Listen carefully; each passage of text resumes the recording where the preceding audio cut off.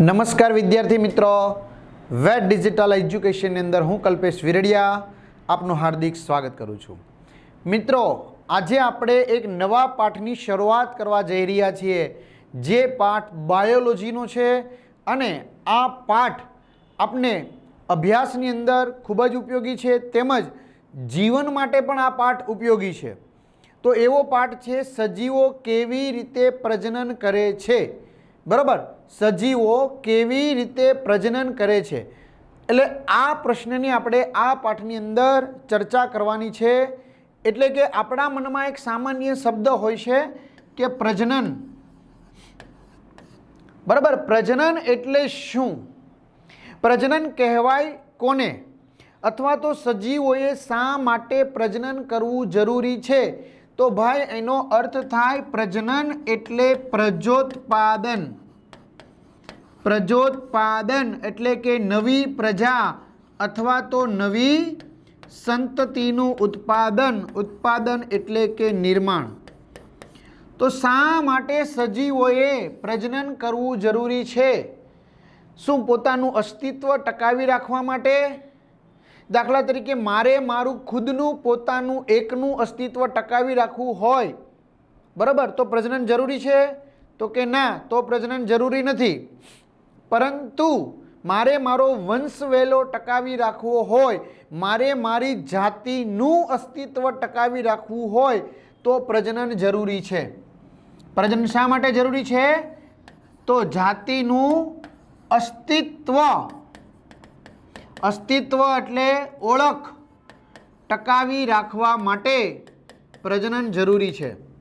बराबर, आपने ख्याल छे कि हजारों वर्षों पहला मानवी हता, हजारों वर्षों पहला गाय हती, हजारों वर्षों पहला कूतरू जेवुं प्राणी हतुं अने आजे पण छे। तो ये अत्यारे शुं काम छे अने आवनारा वर्षोमां पण हशे? शुं काम हशे? तो एनुं कारण ए छे के ए सजीवो शुं दर्शावे छे? प्रजनन दर्शावे छे। प्रजनन एटले आपणी जे मानसिकता छे ए नहीं। प्रजनन एटले कोईपण जातिने पोतानुं अस्तित्व टकावी राखवा माटे करवी पड़ती मूलभूत क्रिया। शुं काम? पोतानी जातिनुं अस्तित्व टकावी राखवा माटे, सेल्फ, पोतानुं नहीं। ओके, तो आ बाबते चर्चा आपणे आ पाठनी अंदर करवाना छीए। એટલે આ વિડિયોની અંદર મિત્રો અંત તક સુધી જોડાયેલા રહેજો, જેથી કરીને વધુ ખ્યાલ આવે અને પ્લેલિસ્ટમાં જઈ અને આ ચેપ્ટર છે કમ્પ્લીટ રિવિઝન કરી લેશો। તો પ્રશ્ન છે કે સજીવો શા માટે પ્રજનન કરે છે? બરાબર, પાઠનું ટાઇટલ છે એ જ પ્રશ્ન છે કે સજીવો કેવી રીતે પ્રજનન કરે છે અથવા તો શા માટે પ્રજનન કરે છે?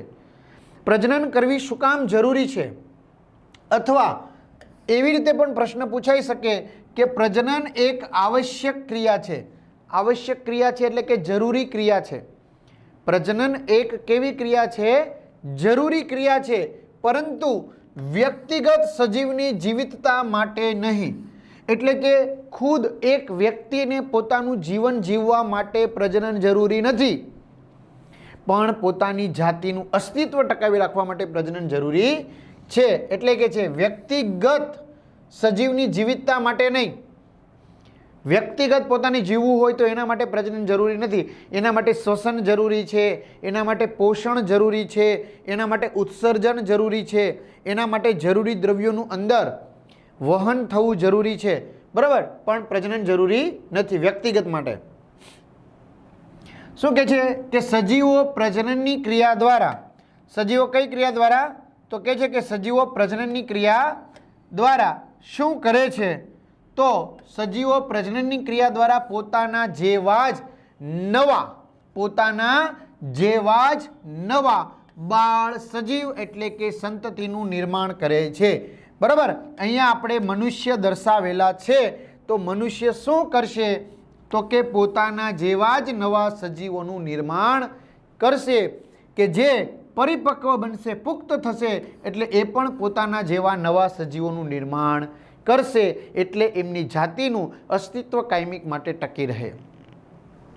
અહીંયા જોઈ શકીએ છીએ મરઘી, બરાબર, તો એ શું આપે છે? બચ્ચાને, પિલ્લાને જન્મ આપે છે। ઈંડું મૂકશે એટલે સેવશે એટલે પિલ્લું જન્મશે, બરાબર। તો એ શું કામ બચ્ચાને જન્મ આપે છે? પોતાનું અસ્તિત્વ ટકાવી રાખવા માટે।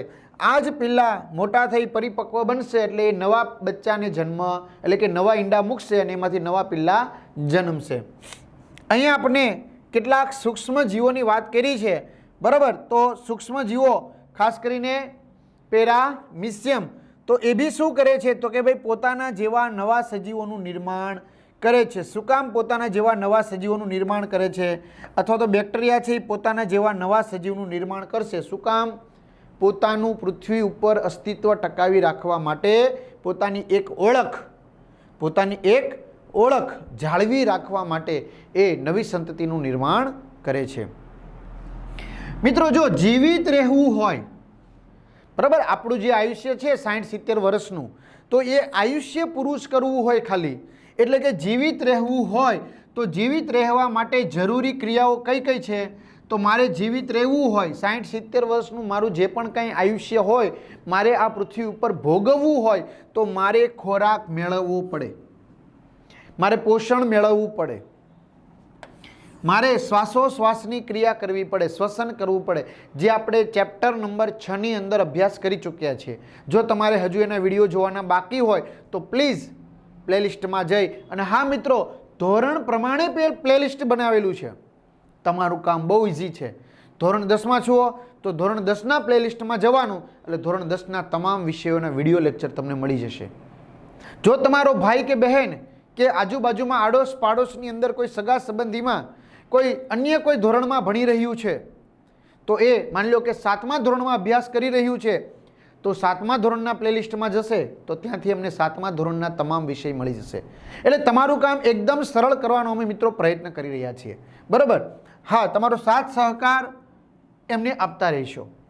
તો પોષણ, શ્વસન, ઉત્સર્જન, નકામા દ્રવ્યોને દૂર કરવા, આવી ક્રિયાઓ જરૂરી છે. મારે મારું 60-70 વર્ષનું આયુષ્ય ભોગવવું હોય તો મારે ફરજિયાત ખોરાક મેળવવો પડે, મારે ફરજિયાત શ્વાસોશ્વાસની ક્રિયા કરવી પડે, મારે ફરજિયાત ઉચ્છ્વાસ, નકામા દ્રવ્યો, યુરિન વગેરે નકામા દ્રવ્યોનો નિકાલ કરવો પડે.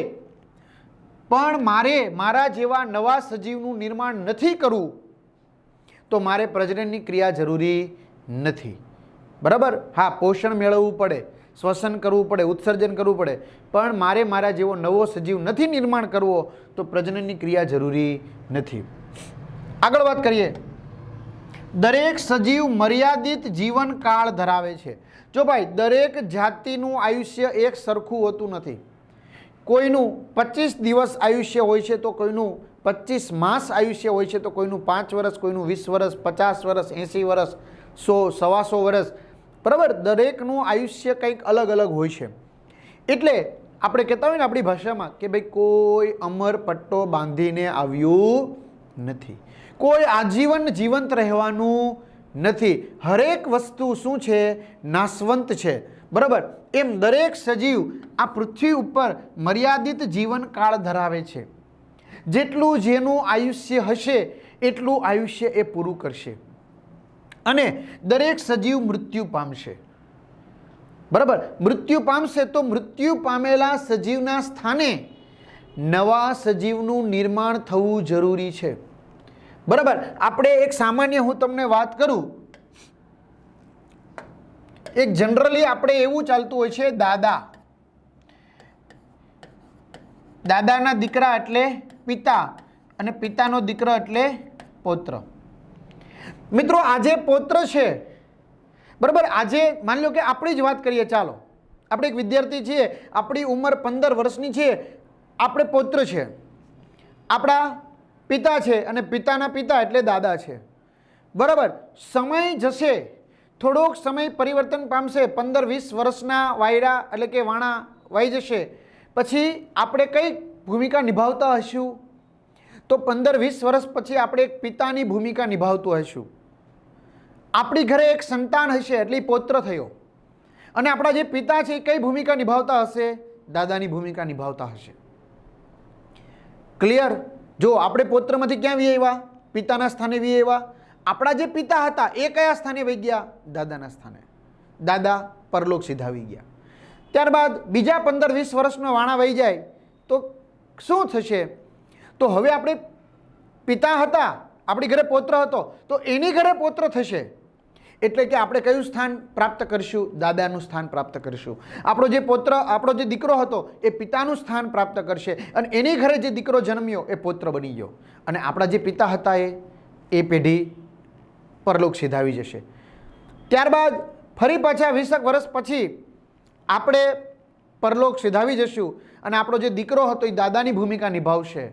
ખ્યાલ આવે છે? આમ એક સ્ટેપ આ ત્રણેય વસ્તુ જળવાઈ રહે છે, પણ એક એક સ્ટેપ આ બધું ક્યાં વધતું જાય છે? 20-25 વર્ષને અંતે એ ઉપર ચડતું જાય છે. પૌત્ર હતા એ પિતા બને છે, પિતા હતા એ દાદા બને છે. એટલે કે છે દરેક સજીવ પૃથ્વી ઉપર મર્યાદિત જીવનકાળ ધરાવે છે, ત્યારબાદ મૃત્યુ પામે છે. તો મૃત્યુ પામેલા સજીવના સ્થાને નવા સજીવનું નિર્માણ થવું ખૂબ જ જરૂરી છે. બરાબર? તો નવા સજીવના નિર્માણ માટે જ કઈ ક્રિયા કરવામાં આવતી હોય છે મિત્રો? પ્રજનનની ક્રિયા દર્શાવવામાં આવતી હોય છે. કઈ ક્રિયા દર્શાવવામાં આવતી હોય છે? પ્રજનનની ક્રિયા દર્શાવવામાં આવતી હોય છે. આગળ વધીએ થોડાક આપણે હવે. મિત્રો બરાબર સમજાતું હોય તો સરસ મજાની કોમેન્ટ અને લાઈક આપી જ દેજો, બરાબર, જેથી કરીને આપણે આગળ વધી શકાય. સજીવો પોતાના જીવનકાળ દરમિયાન પ્રજનનની ક્રિયા દ્વારા પોતાના જેવી જ નવી સંતતિનું નિર્માણ કરે. મનુષ્યને ત્યાં મનુષ્યનો જ જન્મ થાય, બરાબર. કૂતરાની જાતિમાં ગલુડિયાનો જ જન્મ થાય ને એ ગલુડિયું જ પરિપક્વ થઈને ફરી પાછું કૂતરું બનતું હોય છે. સિંહને ત્યાં સિંહના બચ્ચાનો જ જન્મ થાય, ત્યાં બકરીના બચ્ચાનો કે વાઘના બચ્ચાનો જન્મ ન થાય. એટલે કહેવાનો મારો અર્થ એ છે કે દરેક સજીવો પોતાના જીવનકાળ દરમિયાન પોતાના જેવા જ નવા સજીવનું નિર્માણ કરે. ખ્યાલ આવે છે? ચકલી છે એ ઈંડું મૂકે ને ઈંડું સેવે તો એમાંથી ચકલીનું જ બચ્ચું જન્મે. એટલે પોતાના જેવા જ નવા સજીવનું શું કરે છે? નિર્માણ કરે છે.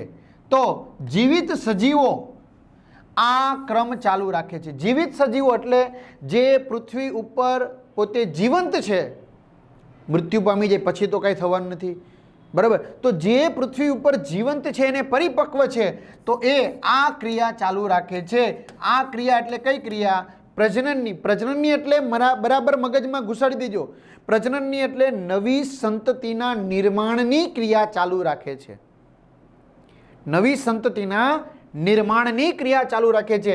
એટલે પ્રજનન દ્વારા દરેક જાતિના નવા બાળ સભ્યો, નવી સંતતિ પ્રજનનની ક્રિયા દરમિયાન શું થતી રહે છે? ઉમેરાતી રહે છે. પરિણામે પૃથ્વી ઉપર જે તે જાતિ છે એ પોતાનું અસ્તિત્વ ટકાવી રાખે છે. એટલે કે જીવ સાતત્ય જળવાઈ રહે છે.